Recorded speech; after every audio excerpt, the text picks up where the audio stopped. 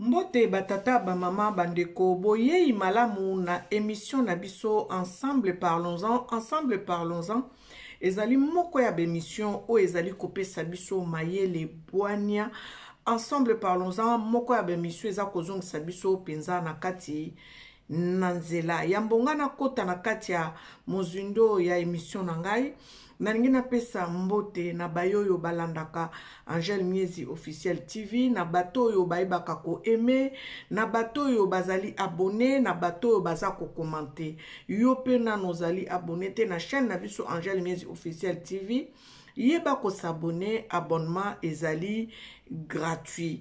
Awa tolobela makambo ya buzoba te awa tolobela makambo ezali kopesa biso mayele bwania pe toyeba kozonga na kati na nzela.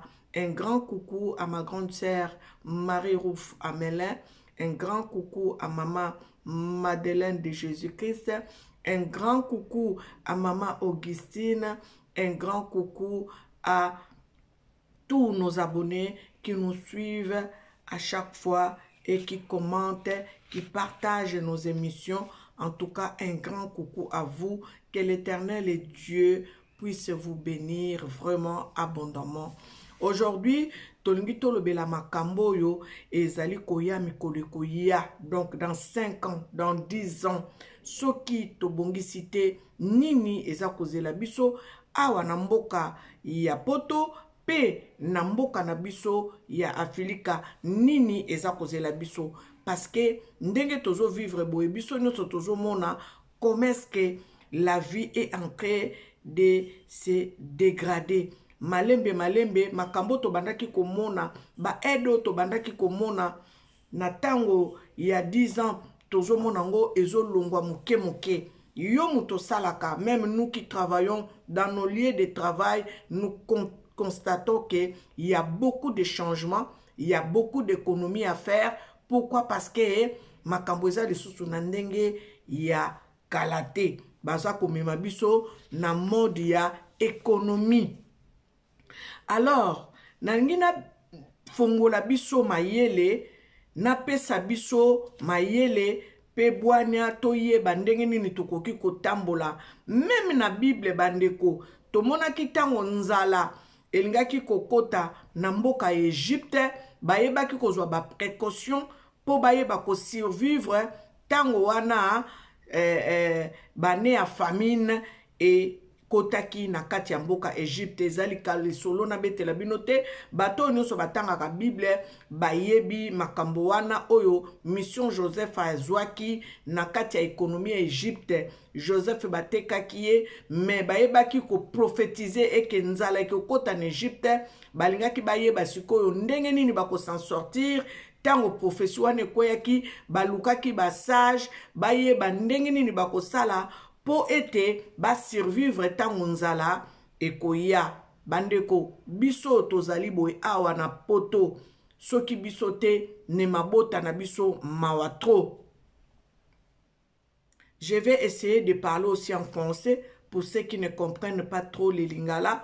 Je vais essayer de glisser quelques mots en français. Donc nous qui sommes ici, nous qui sommes en Europe, nous subvenons aux besoins de nos familles en Afrique. Mais sachez tout simplement que dans les années à venir, ça sera difficile pour nous de subvenir aux besoins de nos familles parce que beaucoup de gens seront à la retraite. Et quand tu es à la retraite, ça dépend de combien tu as cotisé pour que tu puisses bénéficier de la totalité de tes revenus de la retraite, parce que ça dépend de combien d'années tu as cotisé pour que tu puisses gagner le plein taux. Si tu as cotisé moins, tu gagneras moins. Si tu as cotisé plus, tu gagneras plus. Et sachez que tout le monde en Europe n'a pas travaillé. Beaucoup de personnes n'ont pas travaillé en Europe. Ça va être vraiment difficile pour nous qui aidons nos familles qui sont en Afrique de continuer à le faire parce que nous aurons les salaires réduits. Ça veut dire que nous allons basculer de nos salaires que nous avons aujourd'hui au salaire des retraites. Donc par là, je vais tout simplement dire à nous qui sommes ici, nous devons nous préparer. Et à vous qui êtes en Afrique aussi, vous devez vous préparer. Surtout nos gouvernements, vous devez faire un effort pour que les Africains, dans les années à venir, ne vivent pas plus de misère qu'ils ne vivent aujourd'hui. Parce que toujours kende. Pourquoi je dis ça? Parce que nous sommes de la génération qui ont reçu une éducation familiale. Ça veut dire que ton cousin, tu peux l'aider. Ta tante, tu peux l'aider. Mais nos enfants à nous, que nous avons eu ici en Europe, en Occident, n'ont pas cette éducation-là. Ou soit, on peut dire, ils ont cette éducation-là parce qu'ils nous voient faire. Mais ils n'ont pas cette mentalité-là, ou cet amour-là d'aider les cousins, cousines, de prendre son argent dans sa banque et d'envoyer à son cousin. Et ils n'ont pas cette mentalité-là. Et ils ont une mentalité de blanc. Ça veut dire que mon argent, c'est mon argent à moi. Si je veux, je donne. Si je ne veux pas, je ne vais pas donner. Mais nous n'avons pas grandi comme cela. Nous voyons même les cousins lointains. Nous les aidons. Il suffit d'un coup de fil. Ah, ma cousine, j'ai ça. Tu peux avoir 10 euros, 20 euros, 30 euros, 50 euros. Tu envoies chez ton cousin qui n'est même pas proche. Un cousin des manches longues, comme on dit chez nous au Congo. Voyez-vous aujourd'hui, qu'est-ce que nous vivons? Que ce soit la scolarité en Afrique, c'est la diaspora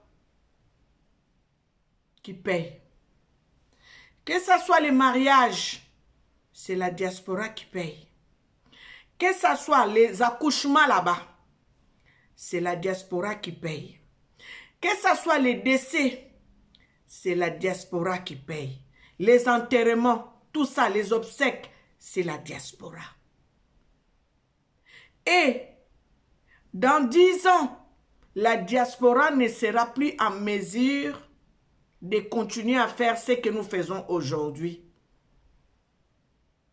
Donc si les gouvernements africains ne prennent pas de bonnes résolutions, de faire en sorte que l'Africain puisse se retrouver dans sa façon de vivre, ça va être la catastrophe. Bana na biso ya lelo ba yebi bizaleli na biso te ya koloba ete nazwa mbongo, c'est vrai, biso tolakisi bango, tomonaka pe bano ya biso oyo baza mikolo, je vais envoyer quelque chose à ma tante, ou je vais envoyer quelque chose à mon oncle, ou à ma mamie, à mon papi. Mais bano ya bango bazo bota awa, ou bien bano kaka o bazana bango kaka na mentalité kaya mindele balingi na bango kutu te koyoka o nazwa 50 euros nanga na tinde la cousin moko boy bayebi yango te.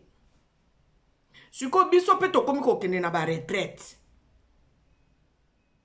Na lobi yango parce que biso no sotozo kende malembe bato mususu basi ba koti déjà ba retraite. Ebele basi ba koti déjà. Bano ya ba 62 o ba ya poto kala basi ba koti déjà ba retraite. Na neo nde tozoro ba bana wana ba ya na biso wana bandeko na biso wana basi ba bengi bango déjà na ba caisse à retraite ke ba komi na âge o ba kende ko déposer ba dossier na bango ba kota ba retraite.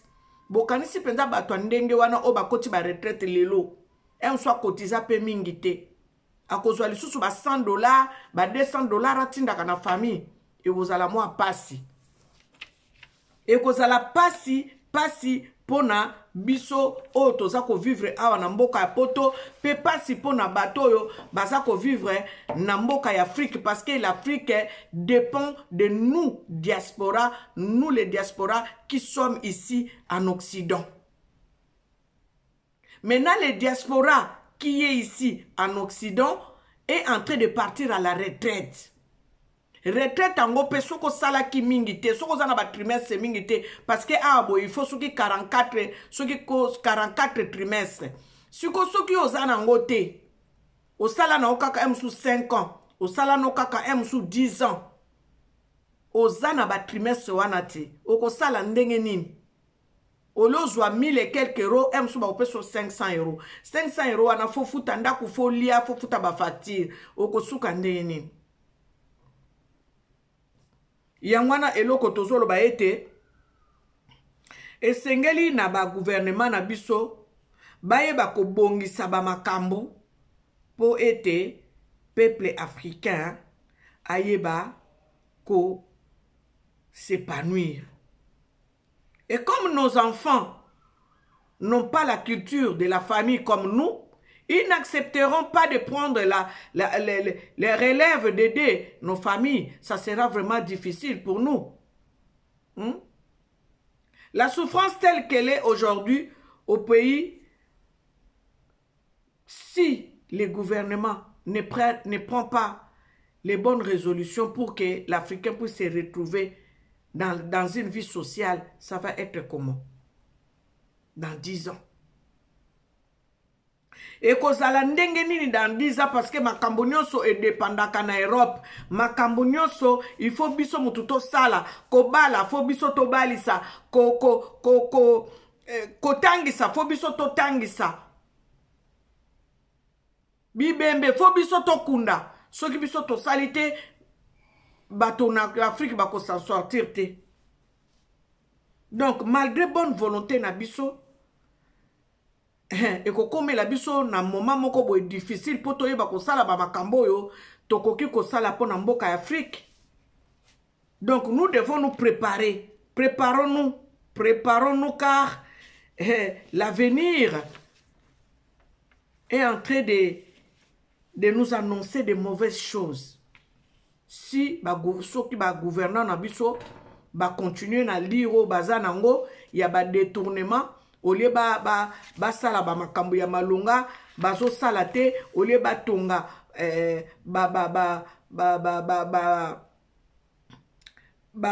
tonga ba entreprise bazo sala yango te. Donc ekozala pasi pona biso toyeba ko s'en sortir parce que biso pendenge toza bonde tozo se préparer na retraite boy moto moko ta kolinga kende kona ya kufanzala.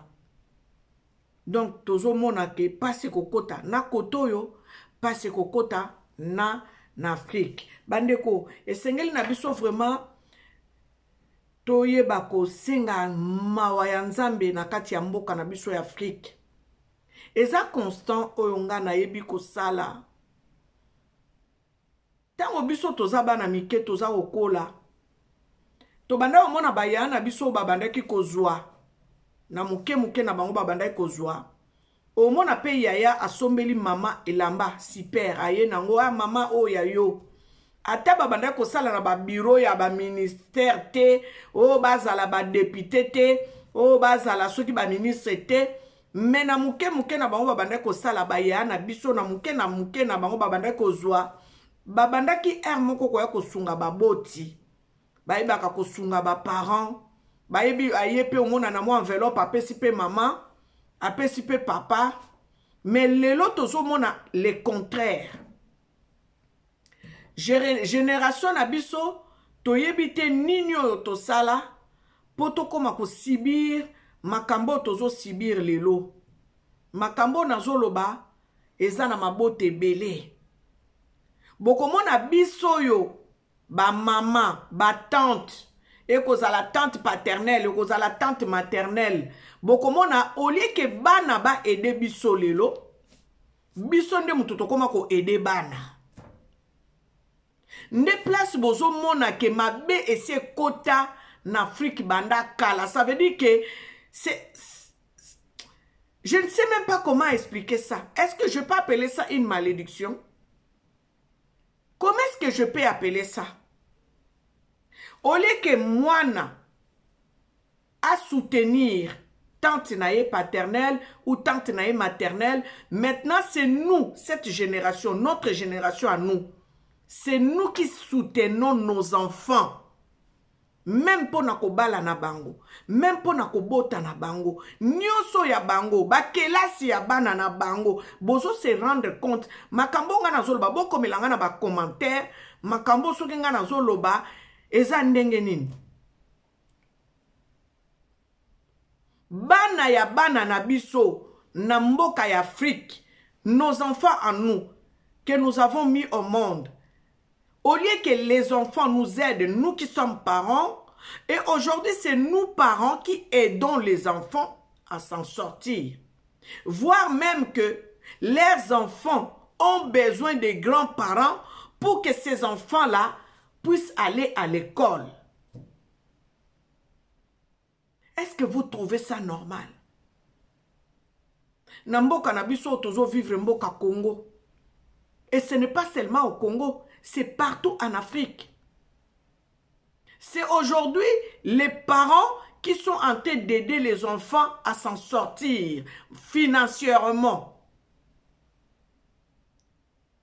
Au lieu que cela soit le contraire, lelo bana nde bazo senga aide ya ba parents. Pourquoi? Parce que les parents sont en Europe, les tantes sont en Europe et ils sont en train de tendre la main pour qu'ils soient aidés, pour qu'ils puissent s'en sortir. Pourtant, notre pays ne manque de rien pour créer les emplois. Bambongo yo bazo yiba wana.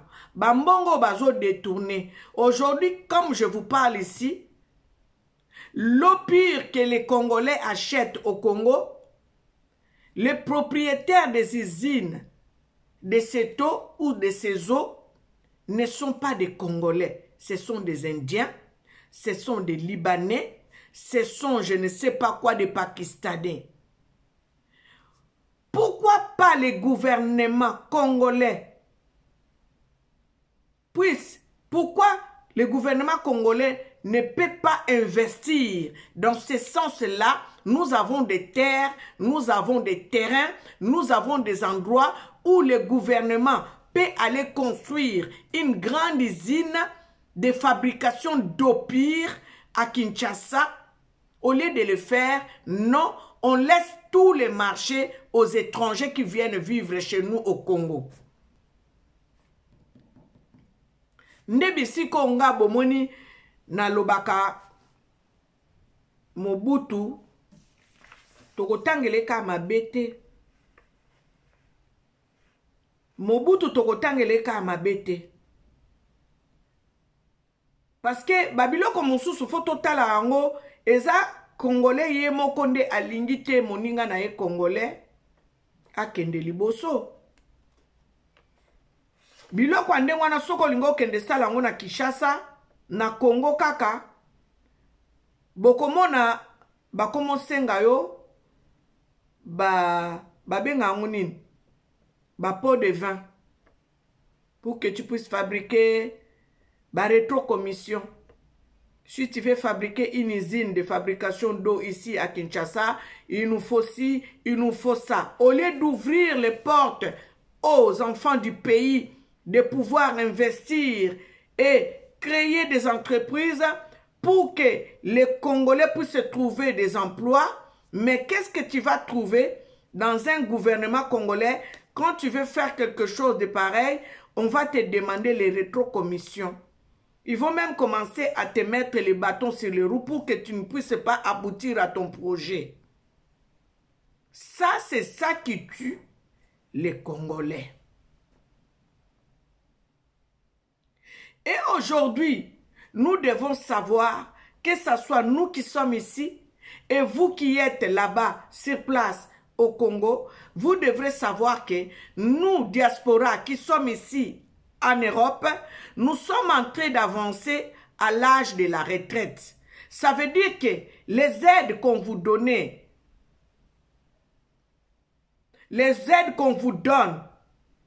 ne seront plus applicables, faisables dans 10 ans. Ça ne se fera plus. Pourquoi? Parce que la personne qui arrive à la fin de sa carrière va voir aussi que je dois faire en sorte que je puisse économiser pour peut-être rentrer au pays, que je puisse survivre quand je vais rentrer au pays. Donc, gouvernement, boza, Congolais, boza n'intérêt, boyeba, qu'on sale en sorte que les Congolais puissent se retrouver. Parce que, ngana lobika makambo ezali koya.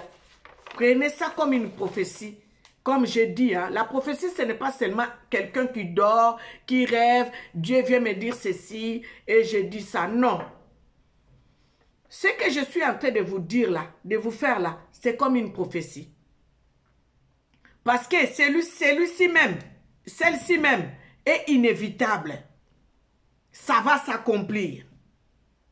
Celle-ci là que je vous fais là, la prophétie que je suis en train de vous livrer là, ça va s'accomplir, vouloir ou pas. Dans 10 ans, nous sommes là. Et même, il y a beaucoup de personnes dans 10 ans, ils n'auront même plus de quoi à payer les loyers parce que comme ils n'ont pas travaillé, comme ils n'ont pas travaillé longtemps, ça veut dire qu'ils auront moins de la rémunération de la retraite. Au lieu que ça soit, prenons l'exemple, que ça soit, au lieu que ça soit 1000 euros, ça va être peut-être 500 euros parce que tu as moins cotisé et tu dois payer les loyers. Les loyers peut-être va te coûter dans les 600 et quelques euros. Voyez maintenant qu'est-ce qui arrive à nous qui sommes ici en Europe.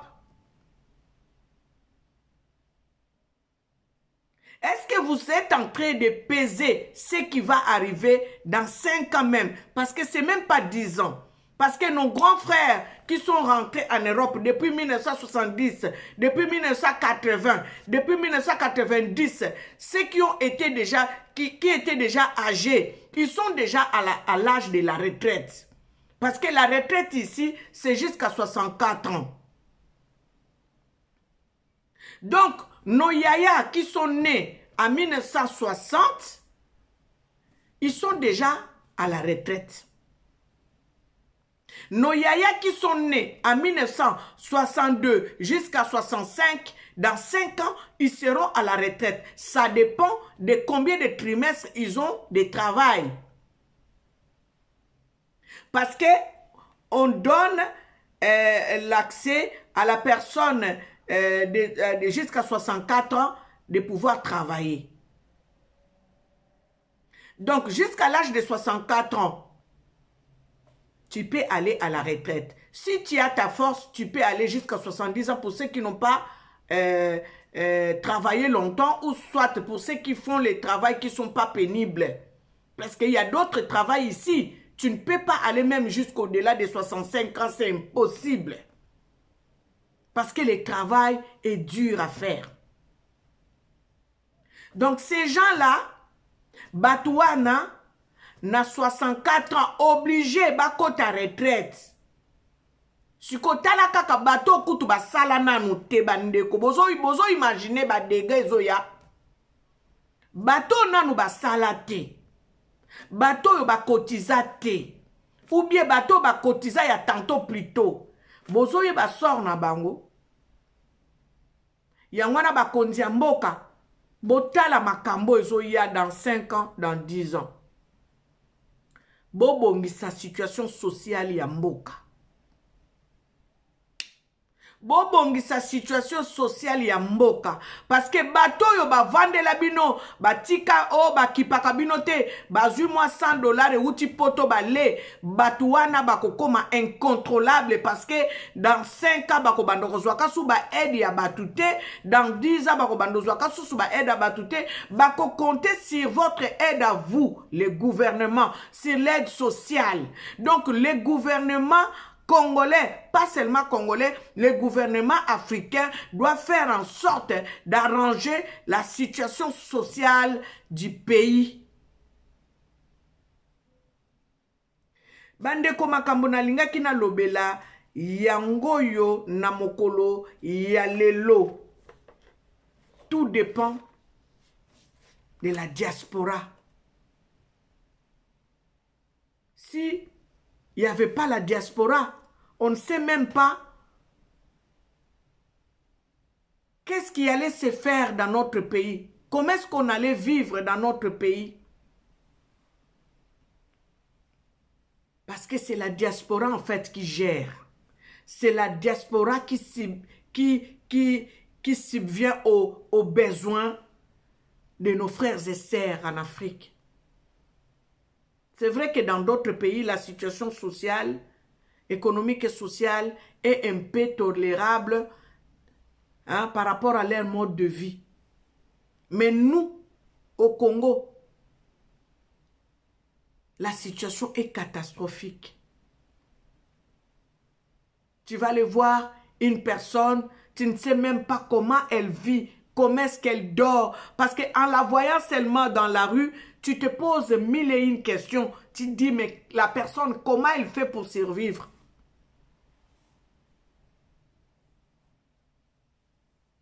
Donc, j'ai dit et je répète, j'ai dit, nous qui vous aidons, nous sommes en train de partir à la retraite.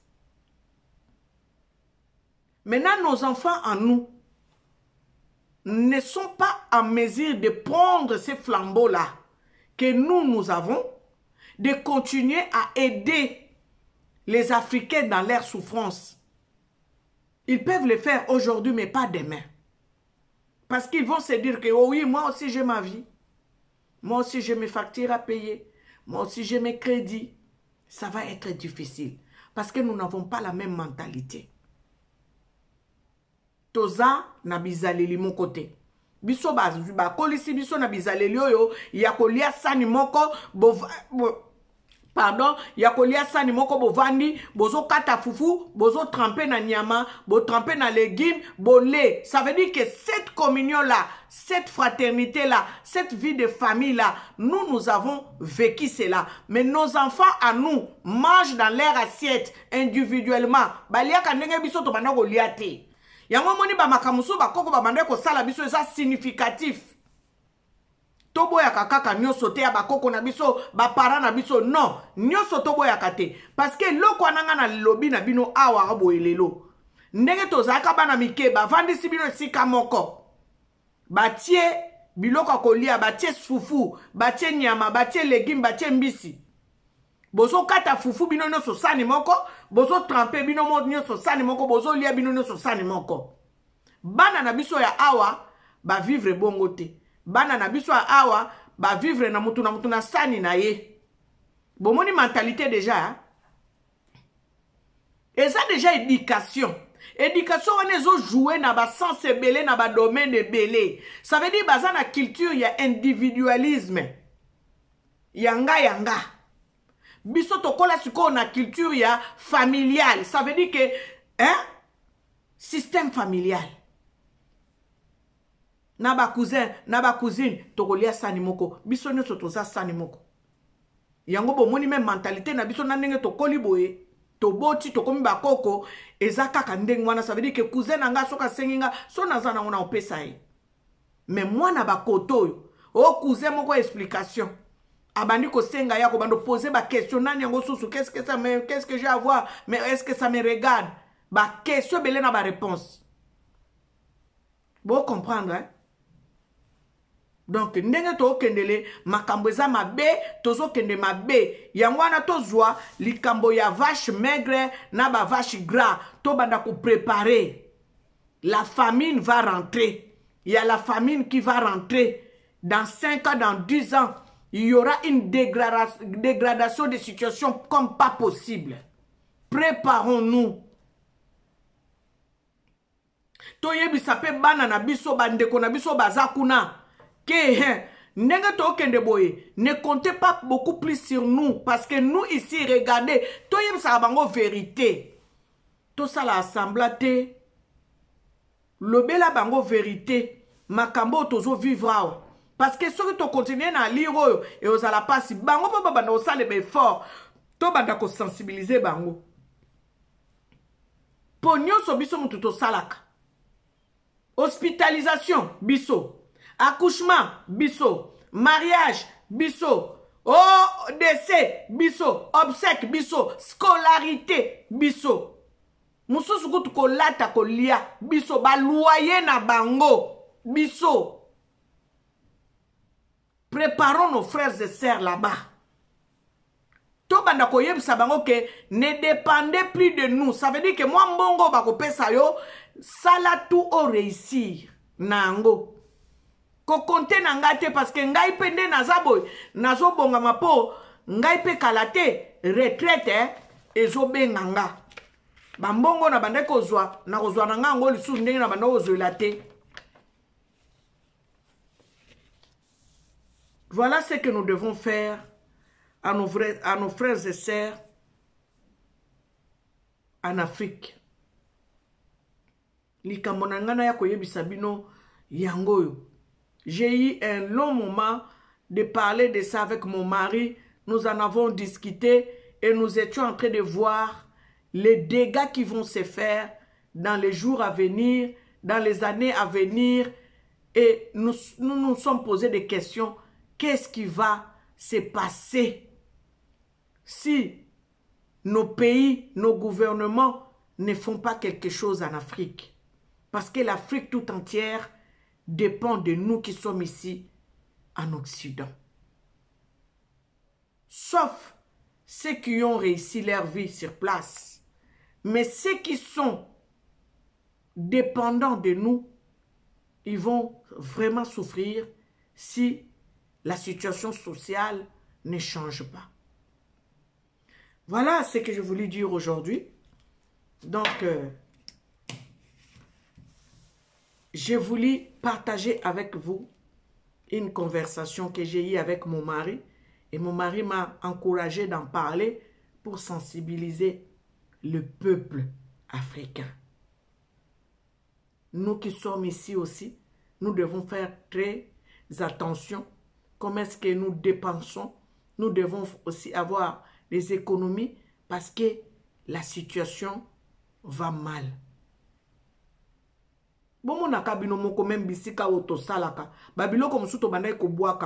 Moi je suis dans la restauration d'entreprise. Il y a des choses babilo comme suto bandai ko buaka bandeko toko buaka babilo kwa kolia yomoko yoki mawa okanisi kishase zalata pembeni na zwa kanati de la bango na kendo tike la bango tana makolo.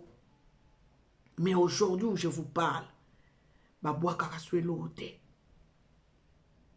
To bandeki ko buaka so na bin toko buaka makasi no kaka oyeba ko mema. Oh, nyame tikalaki. Oh, ba cuisse de poulet, ba lambaki. Et tikalaki. Yaya. Bokomona na katia plaque. Okenoko kuta 25 cuisses de poulet na katia plaque. Oh, et tikalaki 5 plaques. Boboaki tout.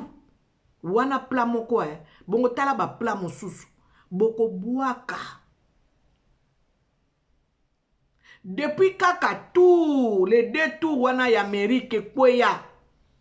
Une année après, tokomo monaka ono, ça on garde, ça on va repasser, ça tokomi na ba repasse, biloko ebanda ko sale mate.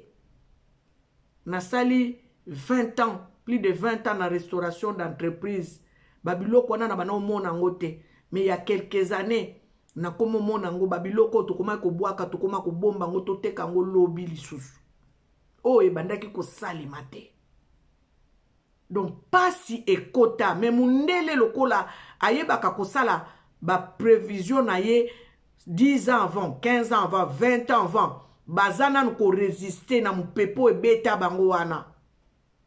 Mais tangu ba réserve kosi la bango, ekozala ndenge nini? Po mundela sala ka projet 50 ans avant. Biso nde toyeba ate. Biso pendenge na yeko beta mbela boy. Toyeba ko se préparer déjà. Soko se préparaka te banda ko se préparer. Parce que ma bé ezoya. Pasi ezokota. Surtout quand en Afrique kolobate. Nde eloko na ngana loba yangwana lo sambo. Conclusion nanga lo sambo tolela mawanzambe. Apesa mitema malamu na bakambi ya mboka ya Afrique. Bakonzi ya mboka na biso o bazotala kaka mambumu na bango, o bazotala kaka ba poche na bango, bandeko bakanisa bandeko na bango. Nzamba yoka mawa apesa bango mitema o ya bolingo po peuple africain ayeba ko se retrouver. Parce que soki te mawa. Mawa. Nzambe vraiment asala biso ngolu. Atinde la biso bato yo esengeli. Yango bomoni ngai nazolobela Constant Mutamba mingi. Pour ceux qui t'ont eu bato ndengwana na gouvernement, bazala 10 bandeko Congo ekozwa à lire mususu. Kabila tunaka bango question awawa. Alobaki na bango, ceux qui boza na 15 Congolais ya malamu bo pesanga. Si j'avais au moins 15 bons Congolais, nangana sala musala oyo esengelaki. Mais Kabila lobaki yango tango lobaki yango to kanisaki ke to analysaki yango na ndenge na biso. Mais alobaki ya solo parce que talaka nde tozomona na gouvernement ya papa Tshisekedi. Botala ba détournement. Botala ba détournement ya bambongo. Donc Kabila ayebaki ke Congolais mawato ko sala na confiance te soko tie na poste il faut ayiba. Congolais soko tie na poste akotala ndeko na yete akomitala nanu ye na famille na ye après le reste après akotala nation te. Nde makambo Kabila lelela alobi soki nazaki ata na 15 Congolais. Lelo konsa mutamba ye tala ndenga bandi koloba tala ndenge kaka Congolais azobondisa ye. Mais dans 10 ans, dans 5 ans, yaya soki basale lo côté yaya kaka bato ango bazo nyokola wana bango nde mutu ba hoteleme na bango. Bango nde mutu ba obimela bango na balabala. Libumu eza na nzala. Le ventre affamé n'écoute pas les conseils. Donc voilà, et là qu'on a dobela lelo la prophétie, qu'est-ce qui va arriver dans 10 ans? Voilà, si nous ne faisons pas attention, c'est ça qui va arriver dans 10 ans. Nous allons commencer à mourir de faim. Surtout en Afrique. Ici, peut-être tu peux trouver à boire, avoir un morceau de pain, mais beaucoup aussi ici en Occident vont souffrir de ça.